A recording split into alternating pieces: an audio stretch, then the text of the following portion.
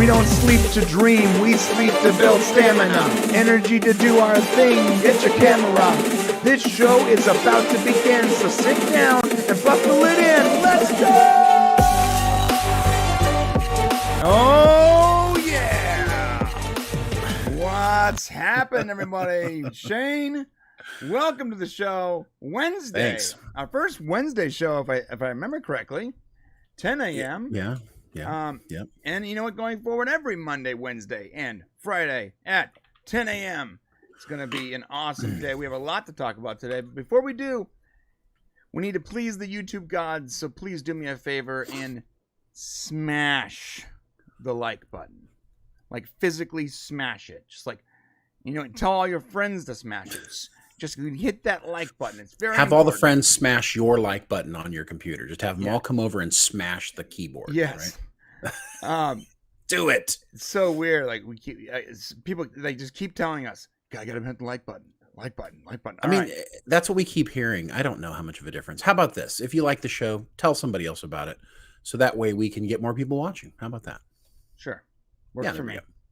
Right. Anyway. How was your evening last night? Before we get into the review of Napoleon, as I know we're going to discuss, I just want you to recap.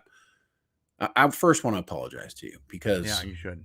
I feel bad. The last several movies we've watched have all been wide sweeping epics that one could say is a bit boring and long. And so I've put you through quite a bit. And I just want to apologize because I was sitting there last night when I checked my watch a couple times in the movies, and I thought, wow, this is 100 times worse for Brian than it is for me right now. So was, dude. So I apologize. Man, I'm like when I make you watch vapid superhero movies or Fast and the Furious, at least they're short, dude.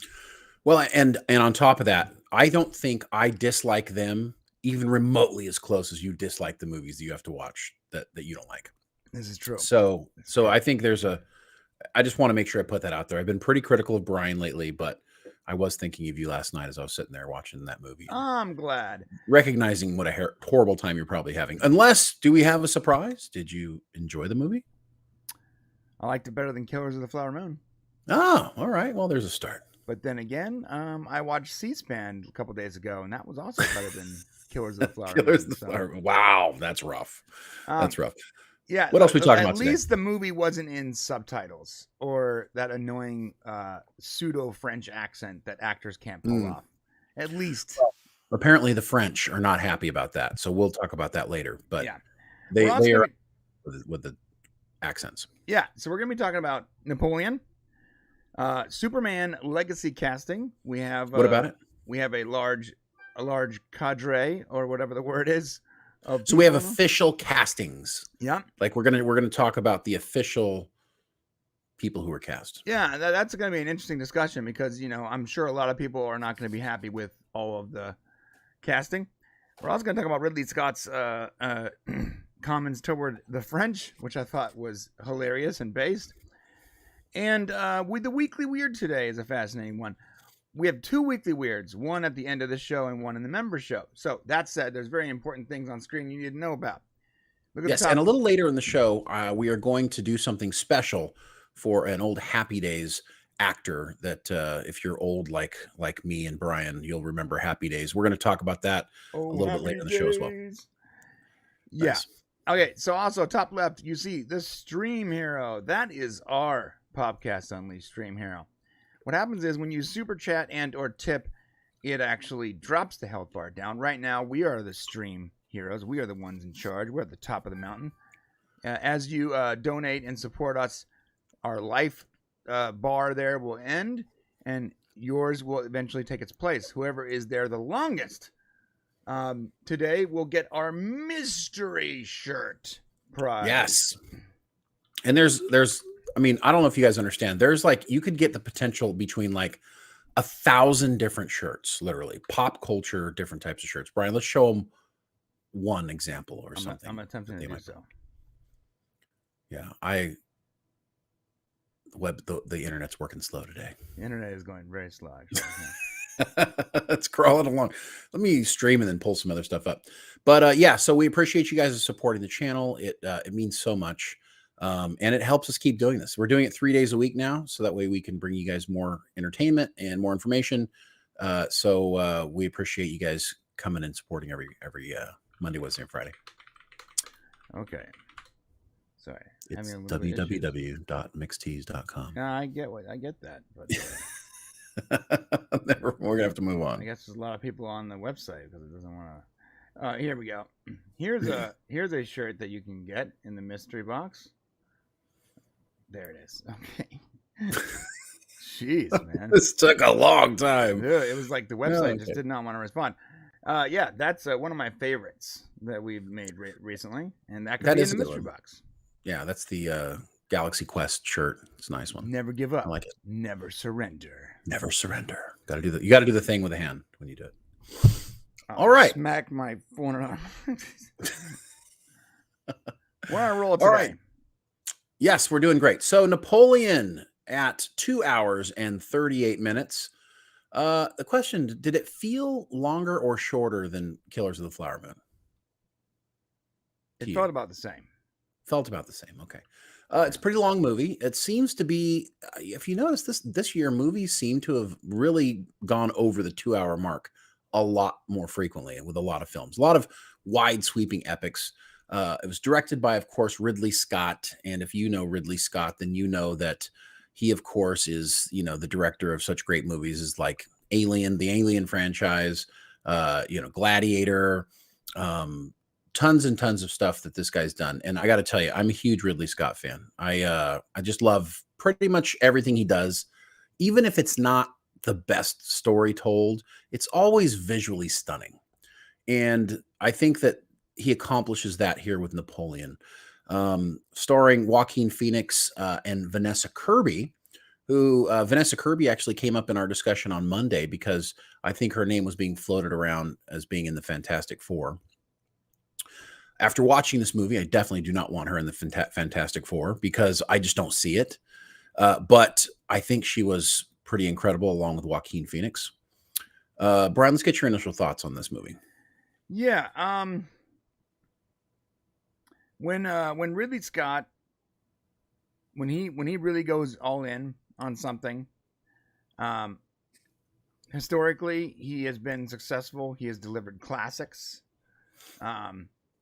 But I think that, and I hate to say it, but I think that Ridley Scott might be running out of some juice. There's still an epic feel there, but there's like these, it's almost like maybe he's getting too far in his head because there is things missing that actually makes this an actual classic. And if you look at his most recent works, sorry, I had to pull up. Some of his most recent stuff is a little bit not interesting either. Like it doesn't really work for me. And the epic is still there, but like what? Give us a couple examples. I'm trying to find my goddamn notes. The last couple movies he made, where are they? Oh, I'm missing from my notes here.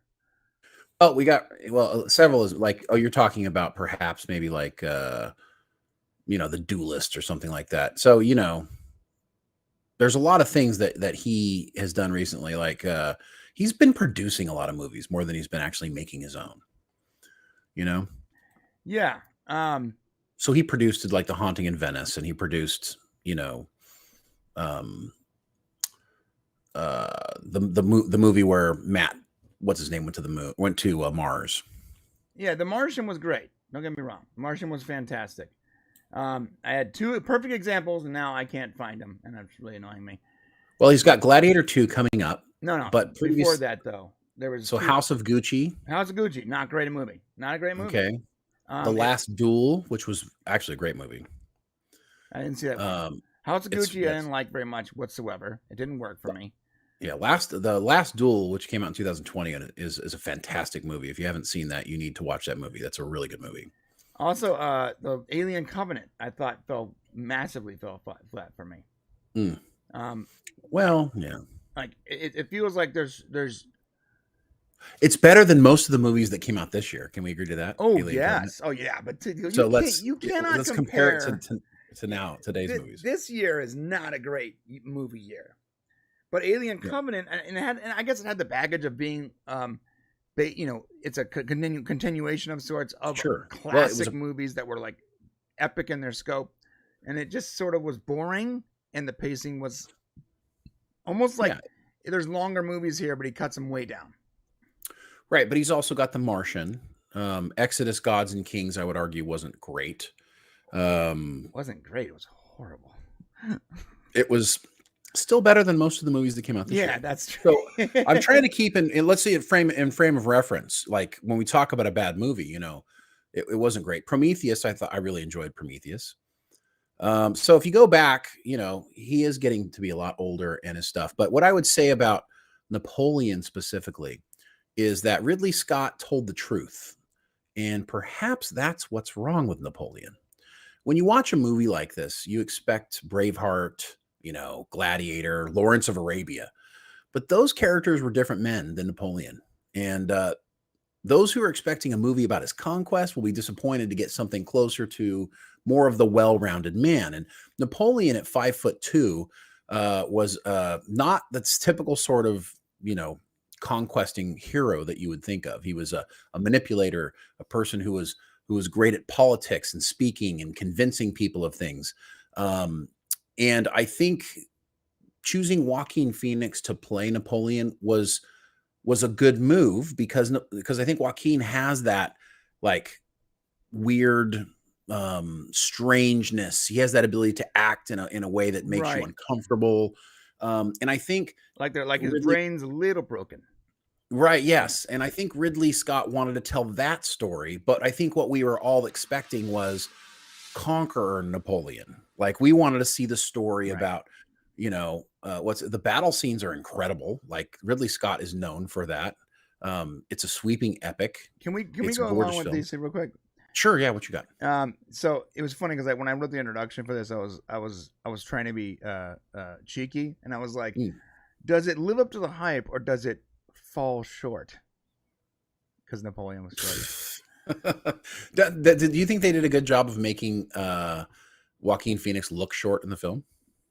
And you notice they hired actors who were taller. Oh, did they? Yeah, I give didn't them even an notice that. impression That's of interesting. shortness. I didn't notice Yeah. that. If that was their intention, then that's a cool aside. But I didn't really notice it.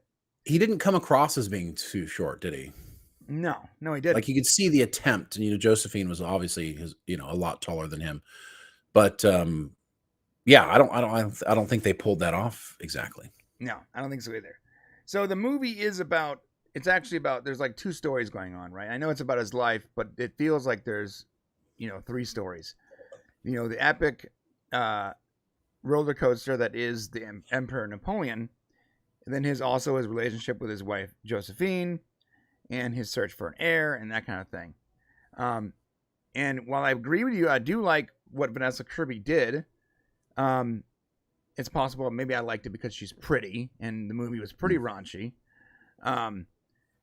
I don't think the romance subplot or whatever you want to call it.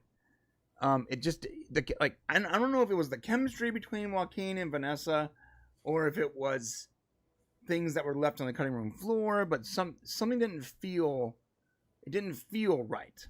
And okay, yeah, it felt a little choppy. It felt choppy, and that the whole romance part felt like here's an add-on just to make this as long as physically possible, and it didn't really add anything to the story. Well, like I was saying before, the relationship between Napoleon and Josephine, there's really a whole movie there just about that relationship itself. It's such it's an incredibly wild relationship that impacts everything from how he acted out on the battlefield. So, I mean, they did a good job of he's a guy who fell in love with her, and she was like, maybe he can move me forward. And then after being with him, and she was more attracted to maybe his ability to persuade and instead of actually himself, because he was kind of ugly. He didn't have a great personality.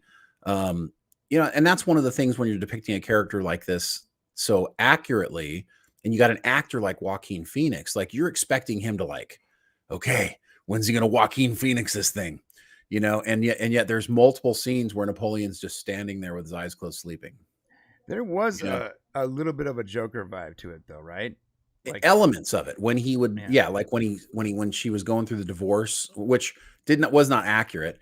But when he's divorcing her and he's like slaps her, like you unexpectedly grabs her and starts smacking her in the face and says, "Read it, do it for your land, do it for your country," Right. and you're like, "Oh damn!" Like that was not expected, and that was very Joker-esque. Yeah, it was. So like he has these moments, like when he's taking her from behind and stuff. There's like these moments where you're like, okay, this is like, well, it happened multiple times in the movie. So it was like, yeah, they wanted to show, that's a really great, camera angle to show exactly what both people are thinking during the event that's occurring. Like you get to see her face and his face. Right. So you can show like how bored and not into it she is, right? And I think that's what they were going for. So speaking about the rating, so this movie it's a hard R, and oh yeah, and not for don't accidentally take your kids. Really delightful. I kept seeing, there's another YouTuber was like, this is definitely a dad movie. I'm like, I don't know what kind of dad movie. Like, dad movie. Like maybe it's a dad movie, but it's not a dad movie he can take his family to watch. It's not a dad movie. It's like it's just an adult movie, men or women, because I don't think, I think it was targeted towards, men and women. I don't think it was like go dudes at all. No, it certainly wasn't go dudes. Right. But like, so it has strong violence, sexual content, all the typical stuff. It's a raunchy movie. Without the actual nudity. Right. There's no nudity. It's not Spartacus raunchy. It's more like Rome raunchy, if you know those TV shows. Yeah, I think anytime you're watching people have sex in that position, it just seems wrong to watch. You know what I mean? Like this is something nobody should be looking at. Or it's great to watch. Well, you know what I'm talking about. Yeah. No, I get what you're saying. But this is not a movie. You don't take your kids to watch this movie. There's also a ton of gory violence. A lot of horses die for some reason. Like, does Ridley Scott hate horses or what? Well, that was an awesome scene, the way he killed that horse. It was. I've never seen anything like that on screen before. That was wild. I mean, it kind of strange. That's one of the things about this movie that is odd. Is like, I think one of the mistakes that he made was he didn't really show Napoleon's like rise to power or like how he got there. Like he really focuses on his ambition, but he doesn't talk about like what led him to ambition. Like that he came, we find out that he comes from Corsica, right? But we don't really understand that demographic. We don't hear about how France took over Corsica, his homeland, and right. Like he never forgave his father for giving into the French.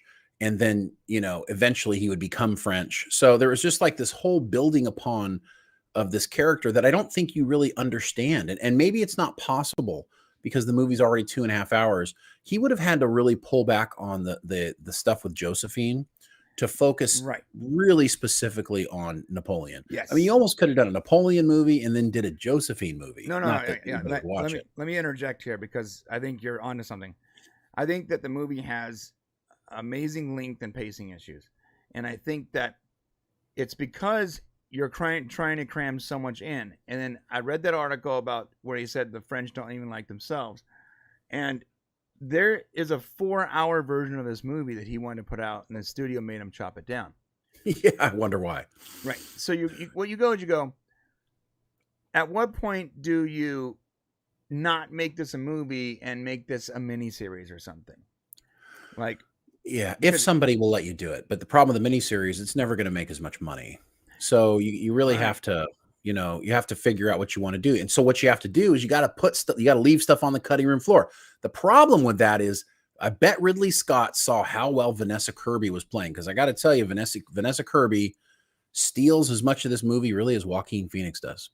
Her acting is on point in this movie. She really pulls off Josephine's character. So then make 2 movies then. Like maybe they will. I'm getting a little annoyed with like these entrenched legacy classic directors and writers who are like they've always produced really good stuff, but now they seem like they're so far up their butt. They're like, let's make a 4 or 5 hour epic movie, and you're like, yeah, hold up.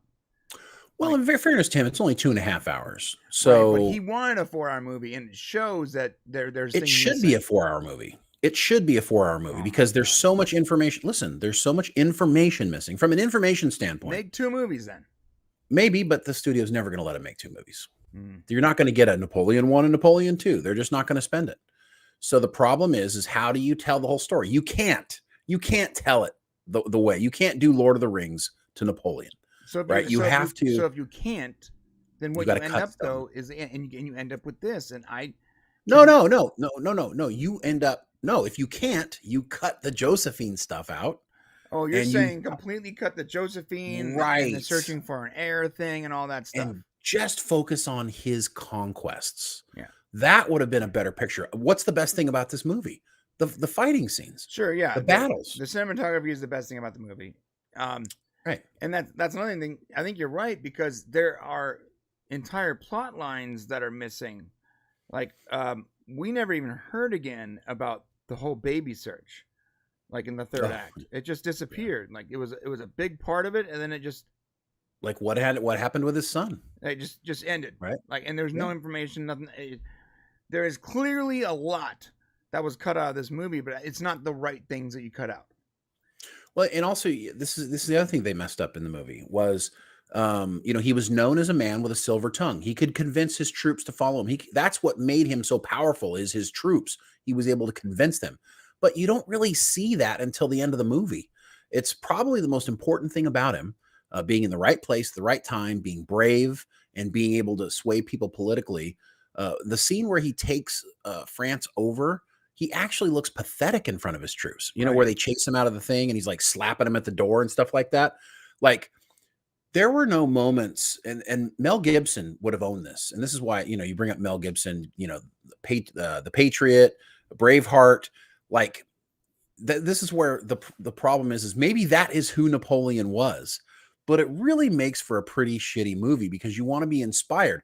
You want to feel the inspiration that his troops felt, and the reason why hundreds of thousands of people followed him into battle. This movie does not show you that. I mean, if it was historically accurate the entire time, then I would complain less. But like, there was obviously liberties taken with other things. So like, maybe if this was the character he was, okay, fine. But then you took a lot of liberties with, like, the cannons at the pyramids and a bunch of other stuff. It's just, I don't know. I would say that you're right. The cinematography is great. I think Joaquin Phoenix did a good job. I think Vanessa Kirby did a good job. I think there's a better movie here. Oh yeah, but it's not the movie I watched, and it felt like it was too long. So somehow, once again, it feels like there's information missing, but the movie also feels too long. It's crazy, because the wrong things were left in the movie, and you didn't cut out the right things. And it's weird, because you have like this veteran, movie maker in Ridley Scott, that you'd think that he wouldn't make the same mistakes. But like, I think as they get older, like, they just really want to do what they want to do, and the studio is like, yo, back off. Well, I think it's an impossible task. Like, if he wouldn't have focused on the Josephine stuff, he would have been criticized for not telling the actual story of Napoleon. So, I mean, it's a catch-22. The studio is not going to give you the time to do exactly what you should do, and people are going to criticize you whatever path you take. If you go down the path of the conqueror, well, I say go down the path of the conqueror, because people are going to enjoy the film more, and they're going to forgive you more for things that you didn't do. I mean, sure, on one end of it, they're going to tell you, well, you didn't really tell the Napoleon story. Right. And you're going to have to accept that, because you still told a good story, and it's something that everybody enjoyed. Joaquin Phoenix is a strange guy. And so he's quirky. And so was Napoleon. So, they managed to capture that, but that doesn't mean that you like the character. Doesn't mean that you like Napoleon. Right. Which means I feel like we were robbed, because, man, it would have been great to see this as a mini series, that you could have fleshed out all these different characters and the whole story. It would have been, and, as someone who doesn't like period pieces, like at all, I would definitely sit there and binge watch an 8-episode miniseries about Napoleon in this style, because the way they did the cinematography was almost like video game-esque. It was very cool. It had it's very hard to explain, but like it was very fast-paced, but then also you can see everything, and it had like someone else. There was another YouTuber that had the comparison. It was almost like Assassin's Creed. I guess I can sort of agree with that. It had that ability. Like I want to see 2 hours of the battles. That's what I want to see. Yeah, I mean that's what was the best part. Like they're like video game cutscenes. They're awesome. Well, and it's the reason why Napoleon was famous was because there were 61 battles. He got over 3 million people killed, and he conquered most of Europe and part of Russia. And that's what made him famous. And so this is the whole story about how they couldn't put the devil back in the box, and all of the different allied powers had to come together to put him back. Right. And that's not what this movie feels like. It feels like it's a movie about a character who was obsessed with his wife and ended up making like tons of choices based on her, which maybe he did do that, but it doesn't make it very enviable thing to watch. It doesn't make a very fun character to watch. You're right. Which goes back to the whole, Ridley Scott told the truth maybe, and perhaps that's what's wrong with the movie. Well, maybe you told the truth about the character, but then you took a bunch of liberties with everything else. So like you got to pick a lane there. On that note, let's talk about the humor, because this movie was a lot more humorous than I thought it would be. Which, and in a humorous way that I didn't really find funny. Like I can see where like the humor is coming from, but I'm not like, oh, that was great. It didn't work that way for me. Yeah. It was like, it wanted to be funnier than it was, but it wasn't like laugh funny. It was more like, I could see that they were trying to be humorous here. Uncomfortable funny, maybe. Right. Or uncomfortable funny. Yeah. But not in like a Nathan For You way. More of like I feel sort of sorry for this person way. Right. And which is not enjoyable. Like no one wants to feel sorry for people. In a cringy way. That's the way to say it. It was cringe humor. Well, like Nathan For You is cringe, but like because it's intentional, it sort of works. Like this didn't land the way it lands in other. Like it's okay to cringe humor is a place for it, but it's also there's a fine line between cringe, real cringe humor and humor that is cringe. You know what I mean? There's a difference. When you actually write it where like this is going to be cringy and it's going to make you laugh, but then this was more like I want to make you laugh, but it's cringy. It's it's the opposite of that. So I didn't mind it. I thought it made it more entertaining. Again, this movie was more entertaining than Killers of the Flower Moon. I would even say more entertaining than Oppenheimer. But Oppenheimer felt like a faster paced movie somehow. And it's almost, an hour longer in this movie? Yeah. So somehow a movie that's an hour longer felt... This movie didn't feel that slow, though. Not really. It felt really long to me. There was just a lot of interaction with his wife that made it feel slower. But when we go through the action scenes, it all flows pretty quickly. His scenes in politics, it all flows pretty quickly. There is not a lot of dead time. The dead time is him, capitulating with his wife and kind of the back and forth. There was too much screen time of Napoleon and Josephine. That's for darn sure. That's true. Okay, so we talked about pretty much everything here. Cinematography was great. We already talked about that. That's, in my opinion, that's the only entertaining part of the movie. The rest of it was sort of fell flat. The story was very hard to follow for me. No, it wasn't. It's easy to follow, but there's things missing. So I was like, there's definitely things missing. A lot of things missing. But those action sequences are going to be something people put on TikTok for the next 5 years for sure, because they're cool. So what's your final thoughts, Shane?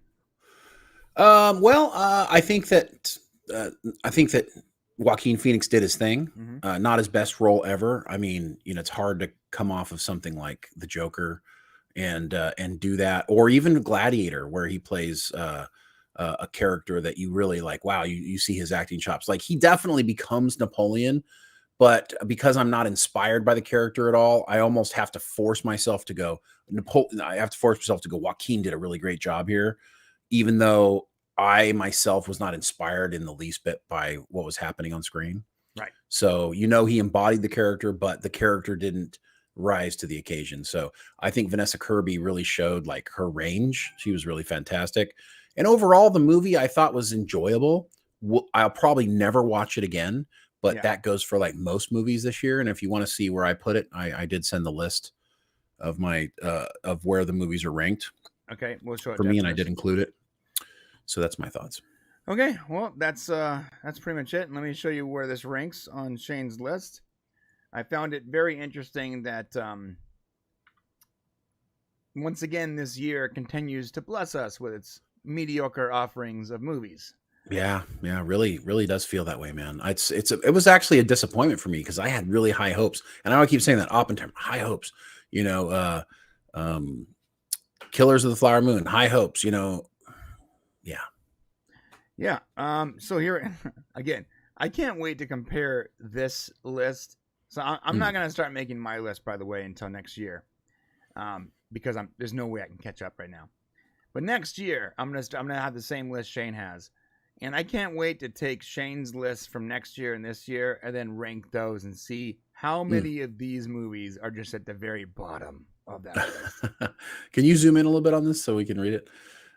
Yeah. So yeah, I'm with you on that. It'll be interesting to see. So Napoleon actually came in at number 5, and just by the kind of weird way I'm talking about it, the fact that it came in, I really thought about it and I said, okay, it was better than Oppenheimer in my opinion. And it's a wide sweeping epic. And then I looked at Gran Torino and I said, okay, it's better than Gran Torino. Um, and it's maybe a little worse than Hunger Games. So it kind of fell there at number 5. Overall, not super impressed with it there. And as you can see, the movie offerings this year have just been somewhat difficult. Horrible. Movie offerings have been horrible. Not a great year for movies. I mean, who knows? Maybe Aquaman 2 really knocks it out of the park.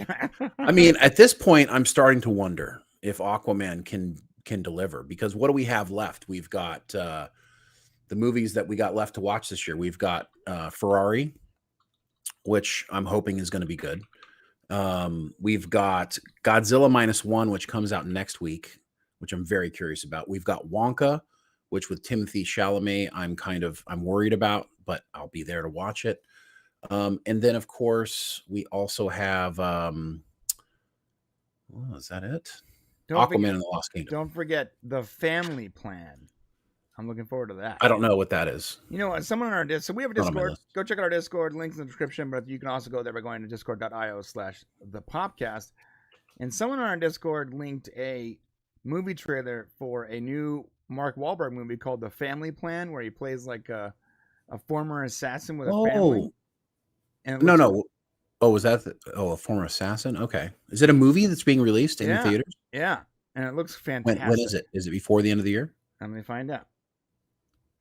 Let me find out when it's being released. December 15th. Yeah. Okay. Well, it's not even on my list. So good job, marketing department. Way to go. Hadn't even heard of it. Yeah, it's interesting. Like we actually troll these lists on like a weekly basis, and I just found out about this from our Discord channel. So Rebel Moon is another one we're going to take a hard look at. It's streaming though, so it's not going to get as much hype as the theatrical releases, unfortunately. Sure. But it could be awesome. Who knows? Really could be. Well said. All right, so that's Napoleon, and so if you guys want to go see it, I mean, that's what you're getting. You get a movie that's probably worth its value at the theater, but it's not a movie I'll probably go back and watch again. Yeah, I agree with that. But then again, most movies from this year I won't go back and watch again. In fact, Dungeons and Dragons: Honor Among Thieves and Spider-Man Across the Spider-Verse, probably the only 2 movies I'll go back and watch again this year. Yeah, I watched Dungeons and Dragons with my kids again, and man, the movie's great. It is. That's one really good. That's like the one gem from this year for me is Dungeons and Dragons. Like, what a great movie! It really works on every level. It's so good for it's perfect for D&D fans, and even if you're not a D&D fan, you can enjoy it, like immensely enjoy it, and be so fascinated with the world, which is what D&D is supposed to be. It's supposed to be, oh, look at this rich world, look at this lore. So if you already like D&D and maybe you're a D&D player or whatever, you can see all the Easter eggs. But if you're not, it makes you want to go play D&D. It's really rad. I'm trying to figure out whether or not my expectations are too high. And am I part of the problem, or are the movies just bad? You know what I mean? Like, no. I'm really struggling with this whole idea that I'm getting into these movies and they're just not as good as I feel like they should be. So, I'd love some feedback from the rest of you guys who've seen some of these movies this year. If you saw my list, I'd like to see what you think. If you can, just drop some comments down below on, like, where do you see some of these movies? And are the movies really as bad this year as we're thinking that they are? This year has been so shitty. Yeah. Like, all right. Like in every way, in every way, but specifically movies. Movies have been bad. Like TV has been like lackluster. Like, so TV shows that were finishing, sure, they finished strong, but you were already built into that.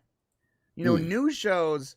I mean, Frasier is great, but like brand new shows coming out like weak. Even Rick and Morty, which I'm a massive simp for Rick and Morty. Like I have Rick and Morty merch. I love Rick and Morty. This new Rick and Morty is like something's missing, man. And it's not me. Yeah. It's not like, oh, I haven't taken my depression meds. No, it's like something's really missing. And then other newer things, like you can just see the stink of like propaganda on everything. Like anything modern just stinks and drips with propaganda to the point where it's so hard to even enjoy it because you're like, oh God, can we just get back to the goddamn story? Well, and how ironic is it that like the propaganda, like that our whole world seems to be going through right now, like that's what Napoleon was about. Like he was a good propagandist. Right. And so it's like we don't learn from history. I want to do a show that we're talking about the fact that we don't learn from history. That our society today is like, if you take a look at all the politicians and all the dirty, greedy, like individualistic, narcissistic people who are just doing everything they can to stay in power, it's no different than what like Napoleon did in his time, and it's like, it's so disgusting to watch. So funny. I saw some blue-haired, leftist or whatever. I'm not even sure their political affiliation. I'm assuming the leftist on Twitter was like, you can see Scott Ridley's Ridley Scott, yeah. I'm sorry, Ridley Scott's bias? No, and not bias. What's the word? Fuck. When you're talking about something that's going on, when you're talking about something that's modern in a movie, I forgot the word, but she was like, you can see he's talking about January 6th here with this movie. Oh yeah, he's contemporizing it. Yeah, and you're like, no, it's because we're stupid humans. No, it's because we can't help ourselves. We just redo all the stuff. Yeah, we just redo everything constantly. Yeah. What happened on the riots in Minneapolis and in January 6th and all that crap that happened, that was propaganda by your politicians and your news media that's trying to divide you so that way you'll get their votes and keep them in power, just like it was back then with France. Why do they want to divide us? Because if we're fighting against each other, we're not paying attention to them robbing us blind. Yep. Yeah, it's the biggest grift in history, and it's been going on for thousands of years, everyone. And what we're doing, we're still arguing about it. Well, yeah, of course we are, because we don't. Fascinating thing. Nobody's figured out how to make human beings be better. I mean, the fact they're like, oh, yeah, Ridley Scott really is touching base there with, like, no. He's not trying to do anything. He's just telling the story. We're just so stupid that we're continually making the same mistakes. Anyways, isn't that funny? How they see things through their own rose-colored glasses. Funny? Another thing too. Every time I see someone with like brightly colored hair and tattoos on their face, I think, why does that remind me of like a poisonous frog? I'll tell you why. Because in nature, poisonous things are brightly colored to warn people off. So when you see someone with tattoos on their face and like purple and pink hair, you're like, oh, you're poisonous. I get it. I'm going to stay away from you, you little toad. No, thank you. Okay. As I say, you're my blue and red clashing hat. Right. Let's leave you with one last Ridley Scott on his criticisms before we move on. He got a lot of criticism for Napoleon, and he said something to this effect. He said, "It always amuses me when critics say to me, 'This didn't happen in Jerusalem.' I say, 'Were you there?' That's the fucking answer." So that's true. None of us were there. So everyone assumes they know exactly what happened in all these historical events, and they're just scholars, right? Actually, this person said this to this person, and they didn't. Okay, hold up. You were literally reading a recount of a recount of a recount that was probably spoken through history and then eventually written down by the people who won. Like there is no possible way what you think you know is accurate. It might just be at best it's a shadow of the actual events. It is a shadow. Well said. All right, let's get to our super chats before we move on to Superman Legacy. Oh man, things are just not working today. Huh? Here we go. From Maria T and Telly. Thank you, Maria. She says, testing. Is this thing on? Hey, guys. Thank you for being fabulous. Red Heart. Love you, Jester. Awesome. Thank you, Maria. Thank you, Maria. And we're going to be talking about Donnie Most here in a little bit. If you guys remember Happy Days, thanks to Maria. So we'll be going to that. Day. Also, from Michael Nemo for $5, the new Doctor Who took a 48-year-old villain in a motorized chair and changed him because of years of depicting people in wheelchairs as evil. What the F?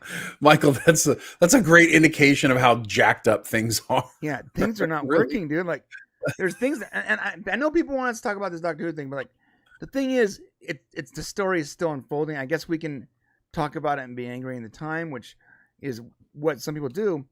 But I'll tell you this, bro.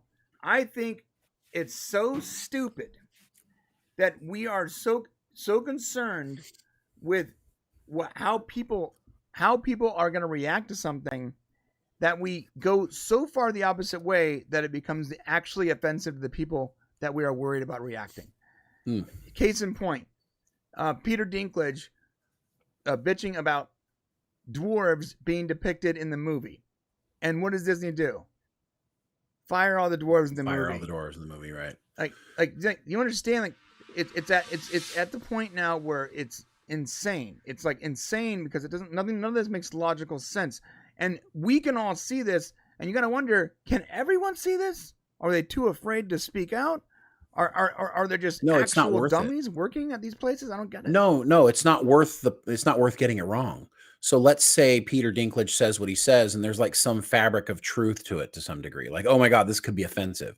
Well, the worst thing that any company wants right now is to offend people and have them not buy their product. So that's why there's these knee-jerk reactions to everything. Instead of being like, okay, let's ride this one out because it's not that big of a fucking deal. Like they just say, you know what, it's better cut our losses and go. So this doesn't turn into an avalanche. It doesn't turn into Gillette during COVID. Well, the best a man can get. I'm sorry, right? But whose idea was it to make the Gillette thing? Was so stupid. I know. Well, just bro, echo chamber shit. Your only audience, like your customers, are men who shave, right? And you are gonna attack your customers and then preach to them in a commercial, and you think they're gonna like it? I don't get it. Like, I don't. Dollar understand. Shave Club was so happy. Oh yeah, genius. And then that one guy, the owner of Daily Wire, I forget his name. His name is like Boring or something like that, which is funny because his name is Boring and he is boring. Yeah. He immediately came out with his own razor company where he did a commercial that was the actual opposite. I missed that. Like, yeah, it was hilarious. There was like some pretty girl on his arm. He's like, "We make razors for men," or something like that. Right. Brilliant, bro. Brilliant. Look, I don't understand why these things even get off the marketing room floor. Like, you're at the whiteboard, you're putting ideas up, and someone's like, "Oh, we can't do that because this." Okay, scratch it out. Well, let's do this. What about these people? How does that proposal then make it to an executive, and the executive goes, "That's a great idea"? Yeah. There's an old saying. It goes like this. You can never make 100% of the people happy 100% of the time. And that's what they're trying to do. They're trying to make as many people happy as possible.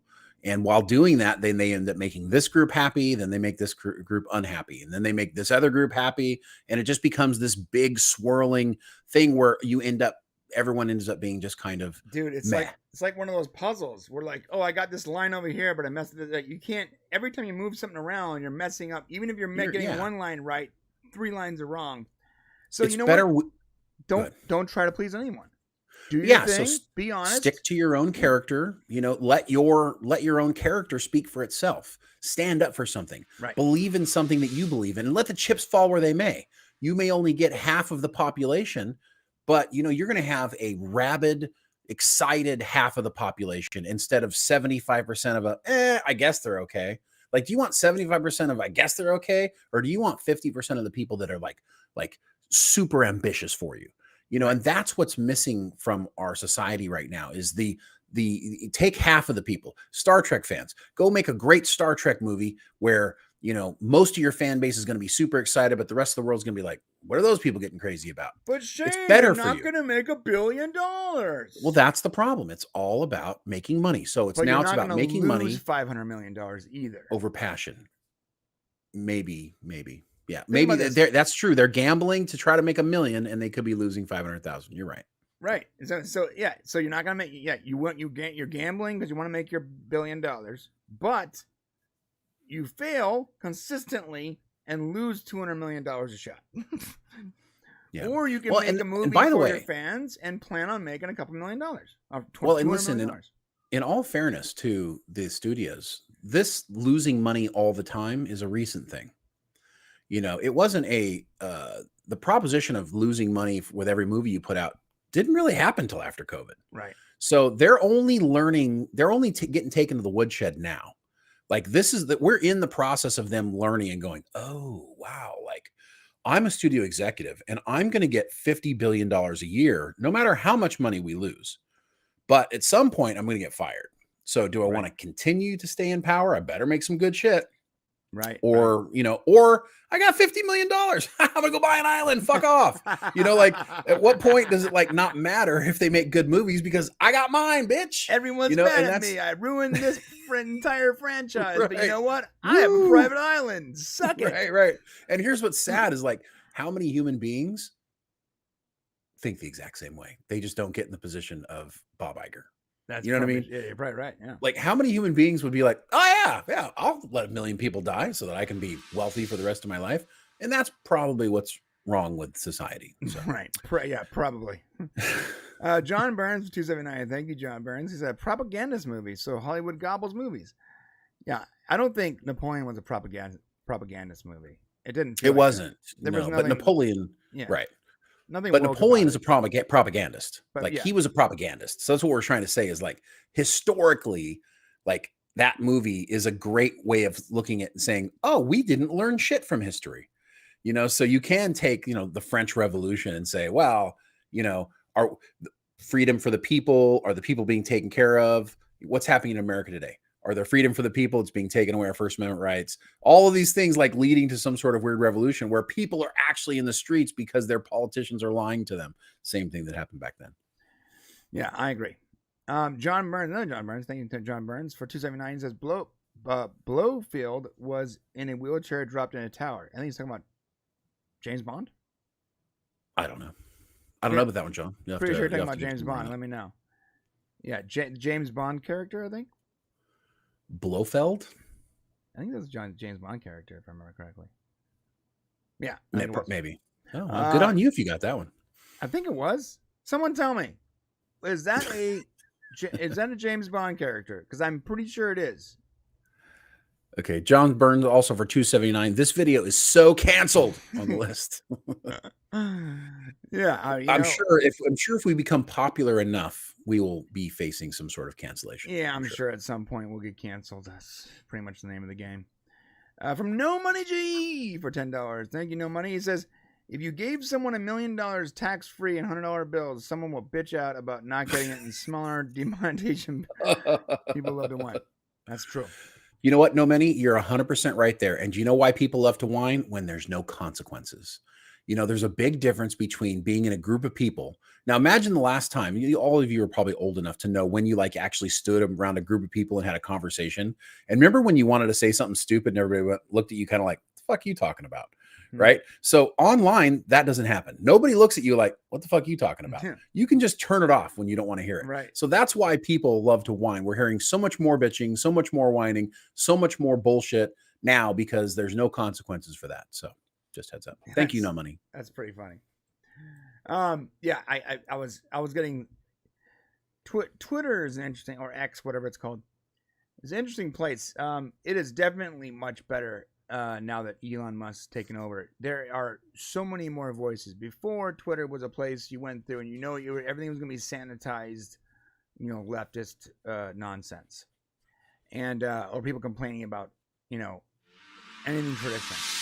But then he took over, and now you have a large variety of voices on there, and so you can have someone that posts about our next topic, the new casting for Lex Luthor, and you have people that like it, people that hate it, people that complain about it being a right-wing thing, people that hate James Gunn, people that love James Gunn. There is literally every single voice happening at the same time, and it's nice to be able to see all the different ideas and opinions, even if I don't agree with them, whatever, and it's just, and so I'm sitting there reading it, and I'm like, oh man. I realize now how we're so divided, because look at this 50 different people commenting on this one story, and they're all just sort of yelling at each other about casting they don't like or they do like. Oh, did you see him in this? It doesn't matter. He's not buff enough. He's not bald. Well, people can shave their head. This conversation is both fascinating and terrifying to watch in real time. I agree. No wonder why they keep trying to put everyone in echo chambers, because I think even these big tech companies are afraid of people being able to talk freely. Right. John Burns for 279. A movie starts with Bond dropping Blofeld from a tower. Yes, that was Spectre. So you're right, Ryan. James Bond movie Spectre. Hey, I'm proud of you, bro. I did not think you James Bonded it like that. That's cool. I like James Bond. Nice. I mean, I like the older ones more than the newer ones. Let's go into I think we're going to save let's save the Superman Legacy casting for the member section, since we're kind of running out of time here. We need to do the weekly weird, but before we do that, can we do the Donnie Most support? Oh, sure. Yeah, we just don't have enough time. We're running up on, we got about 10 minutes left here. Oh, okay. So one of our great friends here, YouTubers, Maria from T and Telly, sent us a tweet the other day, and she's so sweet. She sent this kind of message that was like, hey, I don't normally name drop or anything, but I'm friends with Donnie Most, and of course, if you remember Happy Days, then you'll know that Donnie Most was Ralph the Mouth, one of Richie Cunningham's friends. And, one of the kids who was afraid of the Fonz. And I got to tell you, he was one of my, everybody loved Ralph the Mouth if you watched Happy Days. And he went on to do some other stuff throughout his career. He was in a movie recently that I remember going, oh my God, it's Donnie Most. Mm-hmm. And it was one of our movies, one of the movies that we watch. Let me see which one it was. I don't have it here, but he was in something really cool, and we'll go back through and try to find it for you. But anyways, if you remember him, he is actually in a competition right now, and I don't know if Brian, you can share the link or pull up the website. He's there. We're trying to get some votes for him. He's in this singing competition where it's like song of the week or this is from his channel. Actually, this is not the song. The voting thing's on the other link, but it's the other link that I sent you. But this is his YouTube. Like, if you want to hear Donnie Most sing like Mac the Knife, like Mac the Knife's an old song. I get it. Not a lot of people. Brian actually might like Mac the Knife because you like Frank Sinatra. I do like Frank Sinatra. So you'd probably like hearing Donnie Most has a nice voice. But anyways, we want to support him, and if you get a chance, we're going to put the link below. You can actually, it's called the Heritage Chart. And he's on this week's chart, and he's trying to get votes to move up the chart and try to win this little competition. So shout out to Maria for sending this over to us. And if you guys want to support Ralph the Mouth, Donnie Most, there's your opportunity to do so. Thank you so much. Very cool. Okay, so for a minute there, John was like, you forgot my other super chats. And I was like, what other super chats? But it's on the Prime channel, and that wasn't mine. Oh, yes. Okay. So we don't want to miss that. So before the weekly news, that's more these last super chats. John Burns says, you guys missed my earlier super chats. I did not. They're right here. I'm ready. But we're going to even mention that super chat. So thank you, John. Yeah. So he was talking about Napoleon. We're all here for the battles. How were they? They were very good. The battles were great. Battles were really good. In my opinion, the only good part of the movie was the battle and cinematography. He had 61 battles over his time, and we only saw probably 3 or 4. And so it would have been cool to see more. Yeah. They caught the important ones, though. Yeah. Chappie for $2. Thank you, Chappie. Says he's worm tongue if he'd gotten control of Rohan. That's great. Yeah. What's that? Yeah. Well, he's Grimmer Wormtongue was the guy who basically talked Theoden King into, he used him and Saruman got together to bring the Riders of Rohan down. You probably would remember it from the Two Towers movie. The king was like old and decrepit, and then he becomes. Oh, I see. And the actor was I always forget his name. He's such a great actor who played Wormtongue. He was in One Flew Over the Cuckoo's Nest, among other things. Also in Star Trek Voyager, which Donnie Most was in Star Trek Voyager, and that's what I remember him from recently. But do you remember the guy who played the killer, the serial killer that was on Voyager?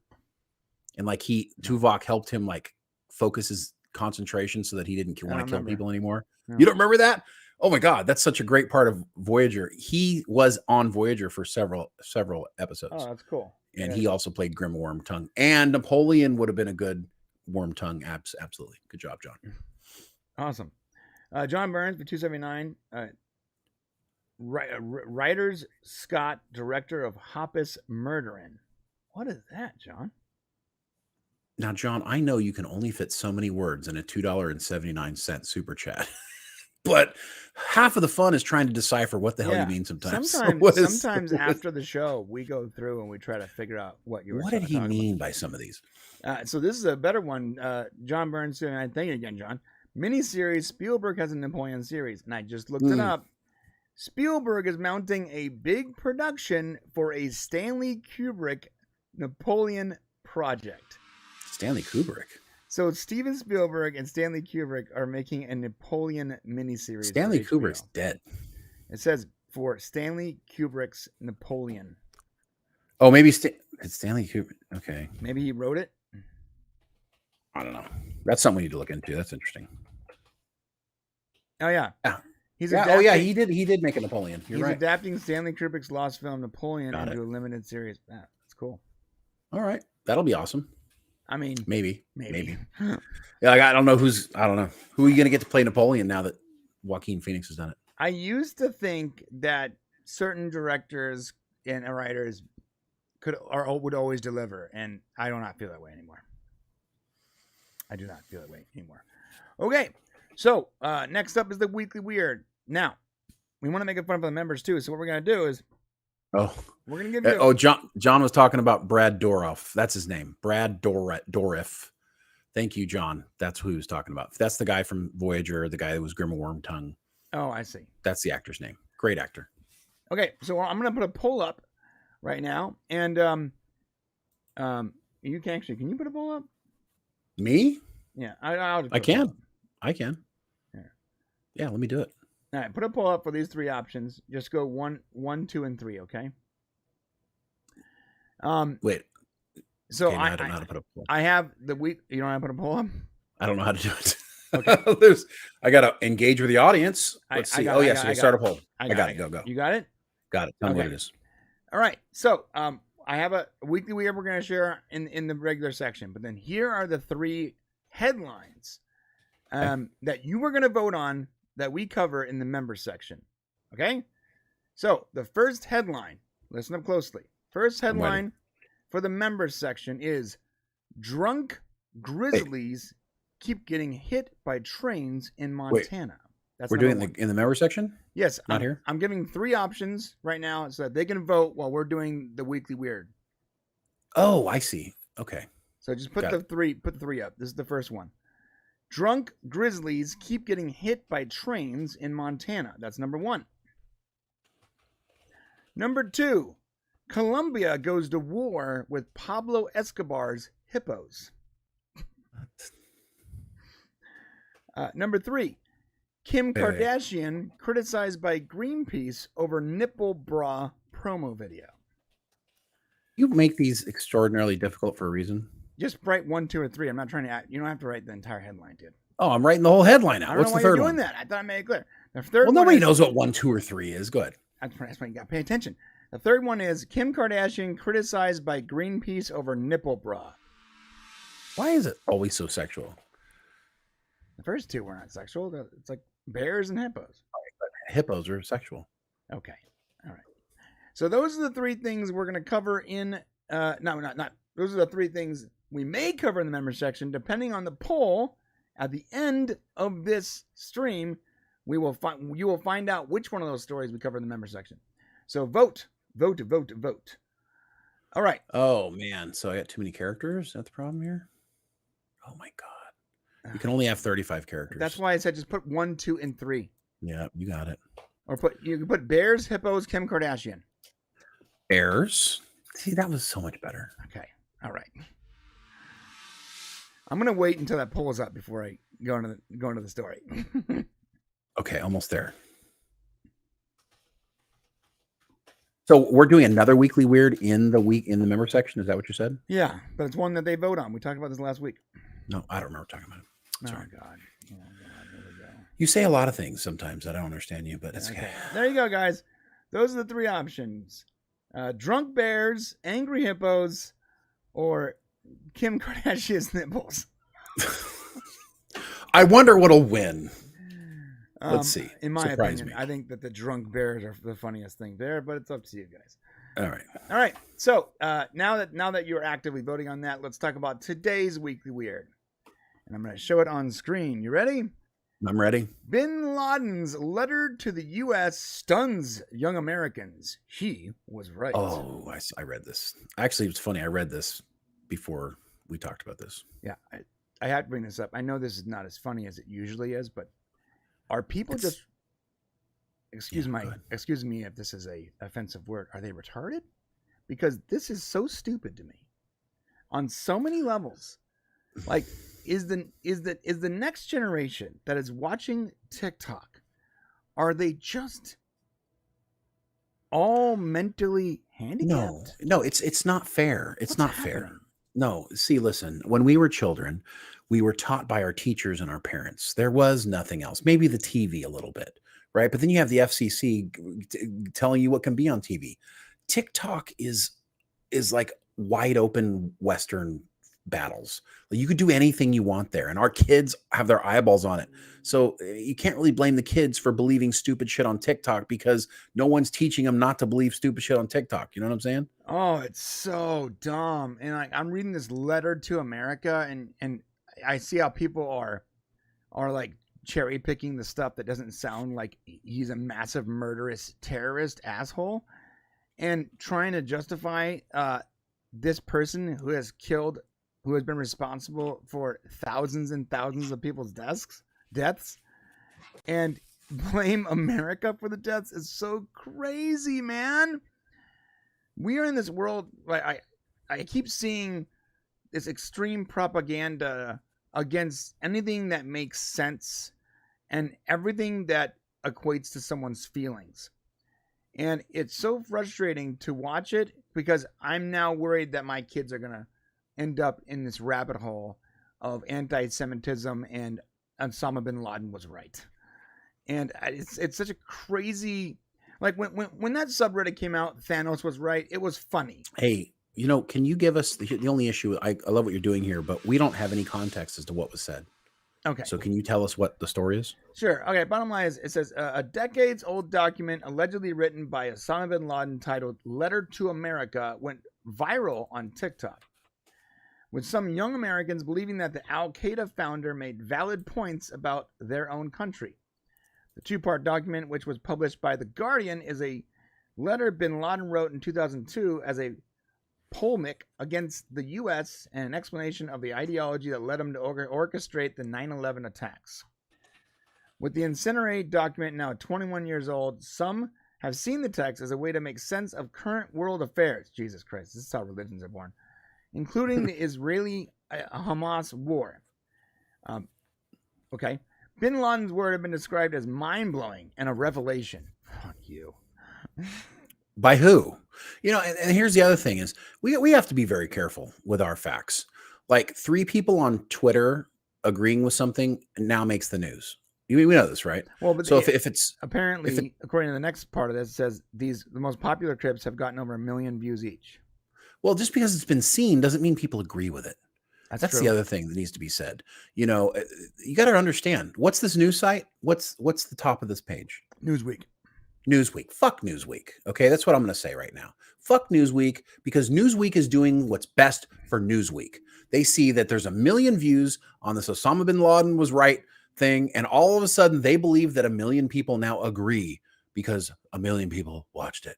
No, it's TikTok. You know how easy it is to get 1 million view video on Yeah, TikTok? that's pretty easy. Not hard.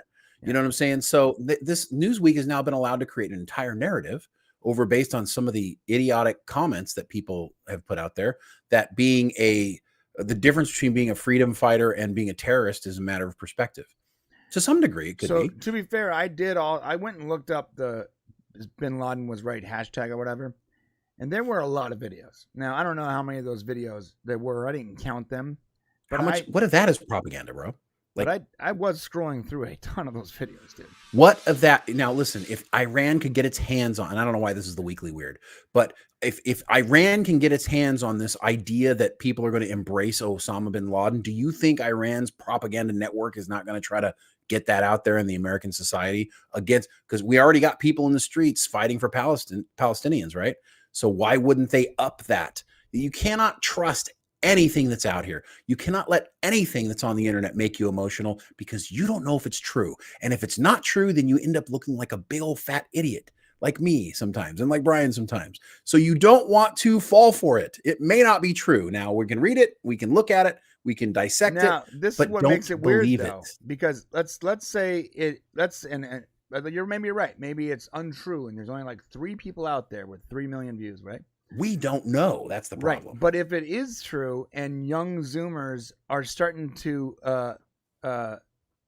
make bin Laden a martyr and a saint, isn't that extremely weird to you? Then let's start it out that way. If this is true, I am so tired. I'm reading the headline, reading bro. stuff. What do you want I hear you. I hear you. But we should start everything out with if this is true, because when we deliver it, we don't want to be part of the same machine that is also making people think that it's true. Well, by the way, it's not just Newsweek. There's a lot of people reporting this. I just selected this article. And there's a lot of things about the world that we can find weird. The way that our, half of our population is acting either side right now is weird. But, is it weird that you have groups of people? I mean, look at how many cults we have out there. Now we're going to have an Osama bin Laden cult. Why not? Look at how many cults there are. That's what I'm thinking. I'm thinking there might end up being this is how religions are started, Oh yeah. I mean, cults are started that way. Religions. Yeah, absolutely. Yeah. I just looked it up. Time Magazine, Newsweek, USA Today, Fox News, News Slate. They're all reporting this. A better question to ask is, why is it that one side of the news media is focused on supporting the Palestinians and another side is focused on supporting the Israeli? Why is it that everything is a political divisive thing? That's the question to ask you. What is the goal? Well, the goal is to continue to keep certain people in power. That's how that works. Right, so if you can keep people angry and upset, then you'll keep them listening to certain people. And, people are going to focus in on that. People are going to read this Newsweek article because that is weird. Like Brian said, it's weird news, right? So people are going to read it, and then now they're going to believe it, bro. And that's part of the problem. Yeah, maybe it is. Maybe the problem is that the media is pushing the most inflammatory nonsense, no matter how small and tiny it is, because a few extremely loud people are making noise, and makes an interesting headline. Maybe that's it. And maybe we do the same thing by talking about things that are crazy and weird. But we should talk about it, but we should just make sure that we never say something is absolutely truthful or accurate if we don't know if it's accurate or truthful. On the same note, though, this is why I believe in freedom of speech, because you need to be able to put all ideas out there, no matter how stupid they are, so that, just like your friend, that's what you said earlier, someone can tell them, stop acting, saying, doing crazy stuff. There needs to be a healthy amount of ribbing and criticism. And if we hide the craziest, stupidest stuff because we want to hurt someone's feelings, then no one gets criticized, and these people go to actually end up making a cult, and we get Jonestown version 3.0 in the middle of Alberta, Texas or something, But it's happening all over the internet. Like there's little cults growing up all over the place for people who believe, things that they don't have any facts. Because when you have an information source, when you have information coming from a source that's trusted, people believe it. That's why the news was so important when we were growing up, because it had, it was supposed to be accurate because it was looking out for our best interest. Now, everything on the internet is looking out for the best interest of the person who's giving the information. So everything is twisted. There is no more news. There is no more facts. There's my truth. There's your truth. No, no, no. There's the truth. Period. We just can't get to what it is because everybody's hiding their agendas behind whatever the truth might be. And so it's very hard for us to figure out. I spend an incredible amount of time trying to figure out what is the truth. I'm looking at both sides of things, and still it's difficult to find out exactly what the truth is. And so I would just say, be a healthy skeptic of anything you hear on the internet. And we'll do our best to try to do that.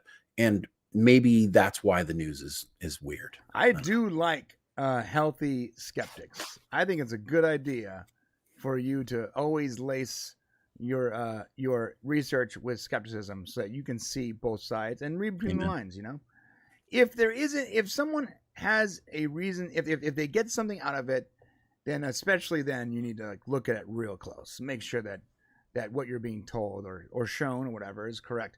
Like all that weird footage of Hamas where they were using like Call of Duty, like cut scenes as actual footage for the war, and people on TikTok were buying it. It's ridiculous. Yeah, they don't know.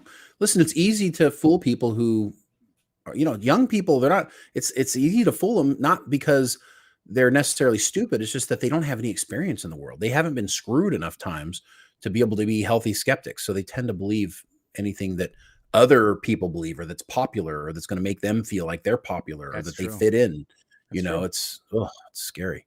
Let's do these last few super chats, and then let's move to the member section. Okay. John Burns, very awesome song. Heard Billy Crystal sing it. Very cool. I'm going to go check out Danny Mouse, because I'm a big fan of Frank Sinatra. I like the crooners. That's what you call them, right? Well, he croons Mac the Knife. So you'll like that. Big fan of crooning. Sounds like a sex act. Yo, you want to croon? Another one for John Burns. Horse murdering. Horse murdering. I can't say horse murdering. Murdering. They did a lot of murder horses in that movie.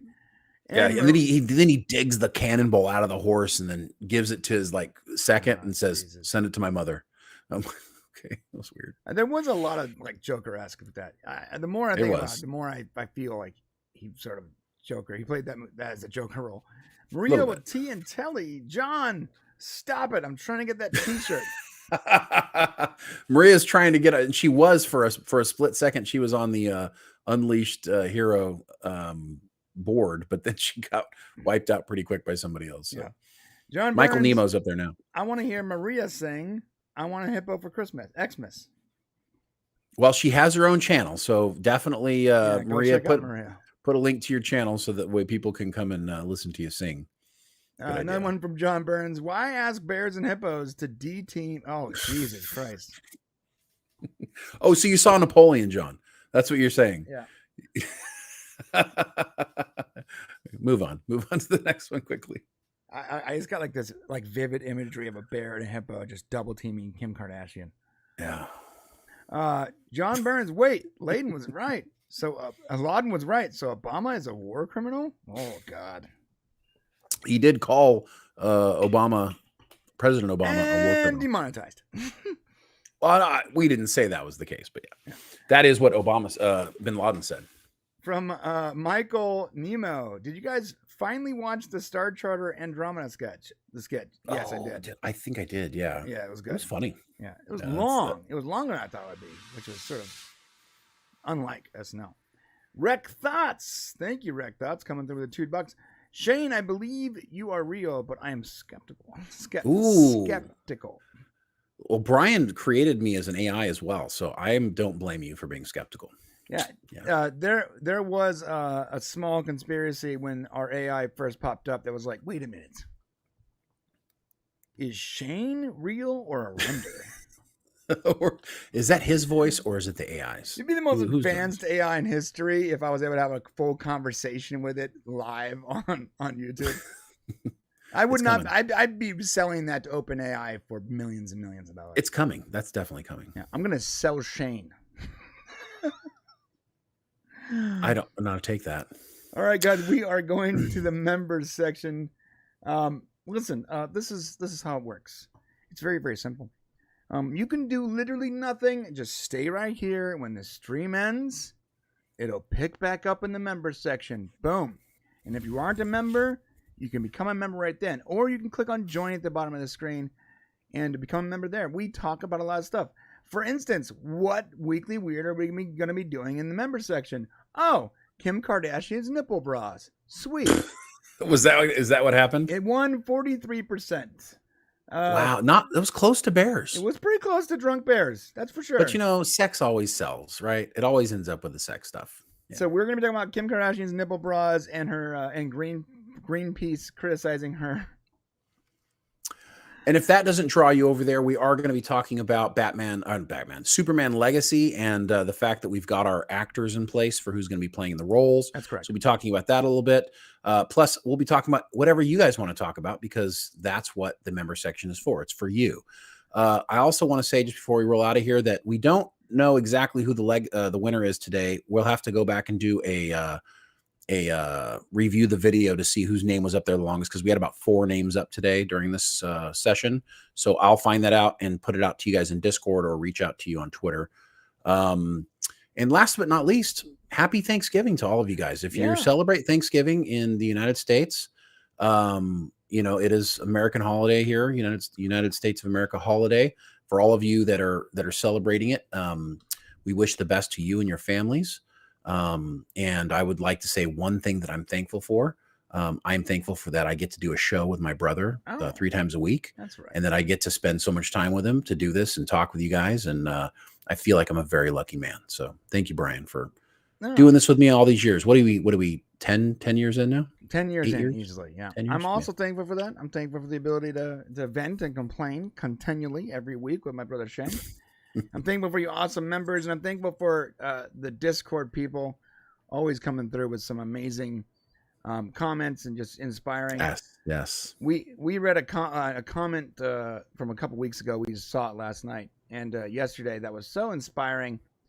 I'm not going to read the entire thing, but basically the guy was like, "Look, I found you guys during Star Trek Picard run, and we don't agree politically on anything, but I really enjoy what you guys do, and even if we disagree, I appreciate how honest you are." And it was just really just an inspiring thing for him to say. And yeah, it was great. Sometimes we always think like, we don't pander to an audience. We just sort of do our own thing, and we're just honest about our thing. So is that why we don't find like niche audiences out there the way other people do? But that comment makes me think, you know what? They're reasonable, logical, common sense people out there, and that's our audience is people like us. So yeah, I agree with that. Welcome, and let's go to the members section. Thank you guys. It's been great. We'll see you on Friday at 10 a.m. Have a happy Thanksgiving, and we'll see all the members in the members section